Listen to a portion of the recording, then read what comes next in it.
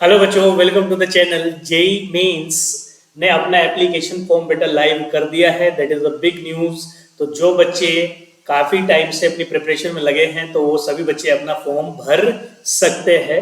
31 तारीख से लेकर 27 नवंबर के बीच में वो सभी बच्चे अपना फॉर्म फिल कर सकते हैं। पीटीए ने एक बुलेटिन, इंफॉर्मेशन बुलेटिन शेयर किया है, तो उसमें कौन कौन से पॉइंट बच्चों के लिए इंपॉर्टेंट है, जिनको उनको गो थ्रू करना चाहिए, वो सारे के सारे पॉइंट पे मैं एक एक करके इस वीडियो के अंदर डिस्कस करने वाला हूं। तो चलिए फिर आज की वीडियो स्टार्ट करते हैं। तो सबसे पहली चीज जो बेटा आपके लिए इंपॉर्टेंट है वो है डेट्स, कि कौन कौन सी इंपॉर्टेंट डेट्स है वो आप सब बच्चे सेव कर लीजिए।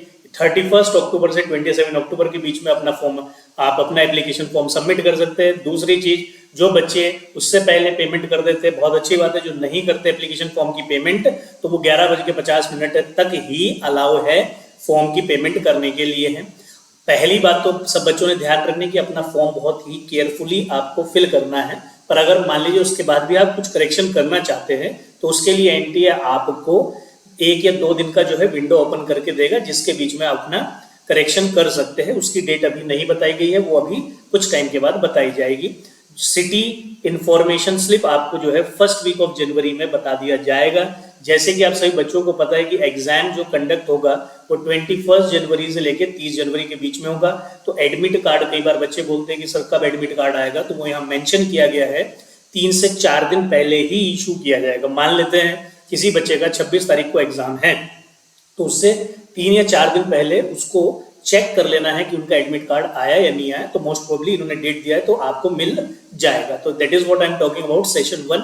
जो बच्चे सेशन 2 के लिए अप्लाई होना चाहते हैं वो अभी नहीं होंगे, वो बाद में होंगे। उस चीज से रिलेटेड कुछ इंफॉर्मेशन यहाँ पर शेयर की गई है एनटीए के द्वारा कि a candidate can apply for session 1 examination and पे द एग्जामिनेशन फी अकॉर्डिंगली। तो बच्चे आप अप्लाई करेंगे और फी पे करेंगे, और इसी the candidate will given an opportunity to apply for session 2। तो सेशन 1 के बाद वो बच्चे सेशन 2 में भी अप्लाई कर सकते हैं सेम एप्लीकेशन नंबर के साथ। बस उनको क्या करना होगा, उस टाइम पर दोबारा से पेमेंट करनी होगी। जो बच्चे सेशन 1 नहीं लिखना चाहते वो सेशन 2 में डायरेक्ट भी अप्लाई कर सकते हैं। और उस टाइम जब विंडो ओपन होगी, जो कि जनवरी के सेकंड वीक में ओपन होगी, तो वो बच्चे उस टाइम पर अप्लाई कर सकते हैं। इंपॉर्टेंट चीज क्या है बेटा इसके अंदर, कि जो फी आप सबमिट करेंगे, कितनी फी सबमिट करेंगे सर, आपकी बेटा पेपर 1 मतलब बीटेक और बी के लिए जो बच्चे पेपर लिखना चाहते हैं उसके लिए, या जो बच्चे बीआर को और बी प्लानिंग के लिए लिखना चाहते हैं, तो जो आपका कैटेगरी वाइज जो है फीस है एप्लीकेशन फॉर्म की, तो जनरल कैटेगरी में मेल जो है 1000 रुपीज देंगे, फीमेल 800 रुपीज। ईडब्ल्यूएस और ओबीसी कैटेगरी वाले में अगर मेल है तो वो 900 rupees, female 800 rupees. SC ST में दोनों को ही 500 रुपीज पे करने हैं बेटा। और ऐसे ही जो बच्चे बीटेक के साथ साथ बीआर का फॉर्म भी भरना चाहते हैं तो वो डबल उनकी फीस हो जाएगी, मतलब 2000 हो जाएगी। उससे रिलेटेड आप इंफॉर्मेशन या स्क्रीन पर देख सकते हैं। इसमें इंपॉर्टेंट चीज क्या है बेटा, कि इस फीस के ऊपर आपसे जीएसटी भी लिया जाएगा, processing charge and GST as applicable as chargeable from the candidate in addition to the examination fees. तो जो मेरी नॉलेज है उसके हिसाब से 18% के आसपास आपका जीएसटी लगेगा। तो वो जीएसटी आपको 1000 के ऊपर पे करके आप अपना पेमेंट दे सकते हैं। कोई भी कैश पेमेंट इसमें नहीं होने वाला है। नेट बैंकिंग के माध्यम से क्रेडिट कार्ड, डेबिट कार्ड और यूपीआई के थ्रू ही सिर्फ आप अपना पेमेंट कर सकते हैं। आगे बढ़े बेटा, जो इंपॉर्टेंट पॉइंट है वो ये है कि जेई मेंस का जो ड्यूरेशन है वो 3 आवर्स का है, और इस 3 आवर के पेपर को लिखने के लिए आपको शिफ्ट दी जाएगी। तो जो शिफ्ट आपको दी जाएगी वो शिफ्ट एक 9 से 12 बजे शिफ्ट 1 के नाम से, और 3 से 6 बजे शिफ्ट 2 के नाम से दी जाएगी। सही बात सर? ओके। अब इसमें बेटा जब आप अपना एप्लीकेशन प्रोसीजर, जब अपना फॉर्म भरेंगे, ठीक है, तो उसमें 2 स्टेप्स आपको फॉलो करने। पहला स्टेप है आपका रजिस्ट्रेशन फॉर्म। रजिस्ट्रेशन फॉर्म के अंदर आप अपनी बेसिक डिटेल्स भरेंगे, अपना नाम, माता पिताजी का नाम, कहाँ रहते हैं। तो ये जब आप डिटेल्स भर देंगे, आप सबमिट कर देंगे, तो आपको एक ऑटोमेटिकली एप्लीकेशन नंबर मिल जाएगा, और जो आपने पासवर्ड बनाया होगा उसको आपने याद रखना है। उन दोनों को यूज करके आप एप्लीकेशन फॉर्म मतलब स्टेप नंबर 2 पर जाएंगे। ये यहाँ पर मेंशन है बेटा। स्टेप नंबर 2 के अंदर कुछ पर्सनल इंफॉर्मेशन फिर वो आपसे मांगेगा। अप्लाई, आपका अप्लाइंग फॉर द पेपर, फिर आपको चूज करना है अपना सिटीज। मैक्सिमम आप बेटा 4 सिटीज चूज कर सकते हैं, किस तरीके से कर सकते हैं वो भी मैं आपको लेटर ऑन वीडियो में बताऊंगा। आपको अपनी एजुकेशन क्वालिफिकेशन का डिटेल भरना है, आपने 10th जो की थी उसके बारे में जानकारी देनी है बेटा। उसके बाद आपने अपना इमेज और डॉक्यूमेंट दोनों को इमेज फोटो और डॉक्यूमेंट्स जो जो मांगे हैं, जैसे कि 10th की मार्कशीट मांगी है, ठीक है, सर्टिफिकेट मांगा है, तो ये सब आपको उसमें अपलोड करने हैं। यहाँ मैं मेंशन किया हूँ बेटा, आपको candidate will have to upload their live photograph at the time of filling of the application form. जब आप फॉर्म फिल कर रहे होंगे तो वहां पे आपने अपने लैपटॉप पे वेबकैम यूज करना है। अगर वेबकैम आप यूज नहीं करेंगे तो मोबाइल के कैमरे के थ्रू भी आप अपनी लाइव पिक्चर ले सकते हैं। वो लाइव फोटोग्राफ आपको वहां पे अपलोड करनी है। उसके साथ साथ बेटा आपने अपलोड करना अपना स्कैन्ड इमेज ऑल्सो, जो कि जेपीजी और जेपीईजी फॉर्मेट में रहेगी। सिग्नेचर वो भी आपने सबमिट करना है, अपलोड करना है क्लास 10 और आपका इक्विवेलेंट सर्टिफिकेट और मार्कशीट, ये आपने वहां पर बेटा अपना अपलोड करना है। अगर हम फोटो की बात करें तो फोटो में 80% का जो फेस है वो विजिबल होना चाहिए, ईयर्स के साथ और वाइट बैकग्राउंड के साथ आपने फोटो खिंचानी है, जिसका जो केबी रहेगा वो 10 केबी से 200 केबी के बीच में रहेगा। सिग्नेचर 10 केबी से 100 केबी के बीच में। स्कैन कॉपी ऑफ क्लास 10 और इक्विवेलेंट सर्टिफिकेट और मार्कशीट जो है वो 50 केबी से 30 केबी के बीच में रहेगी। जो बच्चे आधार नहीं प्रोवाइड कराएंगे वो scan copy of identity proof जो कि 10 केबी से 200 केबी के बीच में रहेगी बेटा। तो ये सारी चीजें इंपॉर्टेंट है जो आपने उसमें अपलोड करनी है। वो पॉइंट्स है इंफॉर्मेशन बुलेटिन के अंदर जो मेंशन किए, जो बच्चे के पॉइंट के लिए या फॉर्म फिलिंग के लिए इंपॉर्टेंट है। ओके, अगर मैं आगे बात करूं बेटा, वो है आपका स्कीम ऑफ एग्जामिनेशन। जैसे कि आपको पता है मैं अभी बीटेक के बारे में बात कर रहा हूँ, बीटेक के बारे में, तो उसमें आपके पीसीएम, उसमें आपका सीबीटी पेपर होता है। इसमें ऑब्जेक्टिव मल्टीपल चॉइस क्वेश्चन आपको मिलेंगे, न्यूमेरिक वैल्यू बेस्ड प्रॉब्लम्स आपको मिलेगी। अब कितने क्वेश्चंस आपके पास रहेंगे, तो 25 आपके पास ईच सब्जेक्ट रहेगा, 20 सेक्शन 1 में रहेंगे और 5 आपके सेक्शन बी में। सारे क्वेश्चन मैंडेटरी है, इसमें कोई चॉइस फिलिंग अब नहीं रही बेटा। 100 मार्क्स का मैथमेटिक्स, 100 का फिजिक्स और 100 का केमिस्ट्री, टोटल 300 मार्क्स 75 क्वेश्चंस पे आपको अलॉट किया जाएगा। ठीक, तो ये आपका मैं बीटेक की बात कर रहा हूँ। जो बच्चे बीआर्क और बी प्लानिंग का पेपर भी दे रहे हैं या देना चाहते हैं या दोनों को क्लब करके देना चाहते हैं, उसकी डिटेल भी बेटा यहाँ पर मेंशन है, आप उसको एक बार स्क्रीन पर गो थ्रू कर लेंगे। अच्छा, अगली जो इंपॉर्टेंट बात है मार्किंग स्कीम, आप सब बच्चों को मालूम ही है। करेक्ट आंसर पे +4, रॉन्ग आंसर पे -1, अनआंसर्ड पे 0 मार्क्स। ये दोनों के लिए है, मल्टीपल चॉइस क्वेश्चन में भी और न्यूमेरिक वैल्यू बेस्ड प्रॉब्लम्स में भी। अब अगर हम मेरिट्स की बात करें जो एनटीए देगा, तो सेशन 1 के बाद आपको आपके परसेंटाइल बता दी जाएगी, मार्क्स बता दिया जाएगा, पर जो रैंक आपके पास आएगी वो जब दोनों सेशन कंप्लीट हो जाएंगे उसके बाद ही रैंक को इशू किया जाएगा एनटीए के द्वारा। सही बात sir. Method of resolving ties, इसमें बच्चे कई बार कंफ्यूज रहते हैं कि भाई अगर मान लीजिए 2 बच्चों के नंबर सेम आ गए तो सर हमें कौन सी रैंक मिलेगी या किस बेसिस पर रैंक अलॉट होगी। तो बेटा उसके लिए एनटीए ने मेंशन किया है कि सबसे पहले मैथमेटिक्स के मार्क्स अगर वो भी बराबर, तो फिजिक्स के मार्क्स अगर वो भी बराबर, तो केमिस्ट्री के मार्क्स। फिर चेक किया जाएगा स्टेप नंबर 4 में, अगर ये तीनों चीजें मैच कर जाती है, देन अगर अभी भी टाई है तो तब वो चेक करते हैं कि आपका less proportion of number of attempted incorrect answers पूरे में, टोटल में, पूरे 75 क्वेश्चंस में।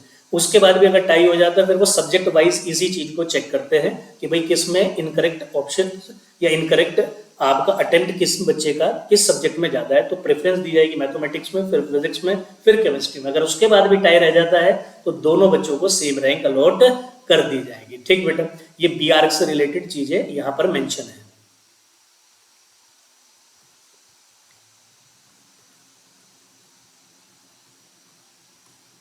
ठीक, तो अगर मैं मल्टीपल चॉइस क्वेश्चन की बात करूं, इसमें देखिए मार्क्स आपको पता चल गया है। एक और इसमें जो पॉइंट नंबर 4 है वो बच्चों के लिए इंपॉर्टेंट है, जानना जरूरी है। पॉइंट नंबर 4 क्या है, if more than 1 option is found to be correct then 4 marks will be awarded to only those who have marked any of the correct option. Paper के अंदर आपका एक क्वेश्चन के 2 ऑप्शन आ गए, अब उन 2 ऑप्शन में से एक ऑप्शन आपने चूज कर दिया तो आपको पूरे 4 नंबर मिलेंगे। अगर आप कंफ्यूज रह गए कि सर इसमें तो 2 ऑप्शन है तो मैं छोड़ देता हूं, तो आपको कोई नंबर नहीं मिलेगा। तो इस चीज का खास ध्यान रखें कि अगर आपको लग रहा है कि 2 ऑप्शन सही हैं तो आप दोनों में से कोई एक मार्क कर दीजिए तो आपको नंबर मिल जाएगा। अगला पॉइंट है, इफ सारे options are found to be correct, अगर सारे ऑप्शन करेक्ट है तो आपको कंफ्यूजन के तहत उसको छोड़ना नहीं है बेटा, आप कोई भी एक ऑप्शन टिक कर दीजिए, आपको पूरे 4 नंबर मिलेंगे। और अगर आप ऐसा नहीं कर पाते तो तब आपको कोई नंबर नहीं मिलेगा। अगर मैं न्यूमेरिक वैल्यू क्वेश्चंस की अगर मैं बात करूं, इसके अंदर भी आपके वही +4 -1 और 0 मार्क्स मिलने वाला है। अगर न्यूमेरिक वैल्यू में कोई क्वेश्चन इनकरेक्ट है, फोर्थ ऑप्शन आप पढ़िएगा, अगर कोई इनकरेक्ट है तो वो सभी बच्चों को उसके नंबर मिलेंगे, उसको बोनस मार्क्स बोल दिया जाएगा। अगर मैं ड्यूरेशन ऑफ टेस्ट की बात करूं बेटा, तो ड्यूरेशन ऑफ टेस्ट जो है आपको पता है ये 3 घंटे का पेपर है पीसीएम में, ठीक है। और जो बच्चे पीडब्ल्यूडी और पीडब्ल्यूबीडी से बिलोंग करते हैं, जो कैंडिडेट्स हैं, उनको स्क्राइब मिलेगा और उनके लिए पेपर जो है 4 आवर्स का रहेगा। नेक्स्ट जो इंपॉर्टेंट पॉइंट है बेटा बच्चों के लिए जानकारी के लिए इंफॉर्मेशन बुलेटिन में, वो है एलिजिबिलिटी एंड क्वालिफिकेशन, ठीक है। एलिजिबिलिटी क्या है, कोई एज लिमिट तो नहीं है इसमें कैंडिडेट के लिए, पर एलिजिबिलिटी सिर्फ 3 अटेम्प्ट्स का है। जो बच्चे इस साल पेपर, इस बार 12वीं का फॉर्म, इस बार जो 12वीं में अपीयर है वो बच्चे पिछले साल वाले और उससे पिछले साल वाले, मतलब 3 अटेम्प्ट्स आप दे सकते हैं। और लिस्ट ऑफ क्वालिफाइंग एग्जामिनेशन, मतलब जब आप जेई मेंस का पेपर लिखेंगे तो आप इनमें से कोई भी एक चीज पहले पढ़ के आए हो, जैसे कि क्लास 12 आपने सीबीएसई या आईसीएसई या स्टेट बोर्ड से आपने की हो, जो कि सब बच्चे जानते हैं। अपार्ट फ्रॉम दैट जो इसमें मेन चीज बच्चों का कंसर्न रहता है, तो ओपन स्कूलिंग, जो एनआईएस वाले बच्चे हैं वो भी अप्लाई करेंगे जेई मेंस के लिए, बट शर्त यह है कि उनके पास मिनिमम 5 सब्जेक्ट होने चाहिए। और जो बच्चे इन दोनों में बिलोंग नहीं करते हैं वो एक बार आप चेक कर लीजिएगा बेटा पॉज करके वीडियो को, तो यहाँ पर वो सारी डिटेल्स मेंशन है। तो year of appearance in qualifying examination बता ही दिया कि 2024, 25, 26 वाले बच्चे लिख सकते हैं। जिन बच्चों ने 2023 या उससे पहले जब आपने 12th कंप्लीट की तो वो एलिजिबल नहीं है बेटा। एक सबसे इंपॉर्टेंट क्वेश्चन जो बच्चों के लिए रहता है कि सर होम स्टेट या अदर स्टेट में कौन बच्चे होम स्टेट में लाई करते हैं, कौन बच्चे अदर स्टेट में लाई करते हैं, वो डिटरमाइन करता है उनका स्टेट कोड ऑफ एलिजिबिलिटी। कई बार बच्चे इस चीज को लेकर कंफ्यूज रहते हैं।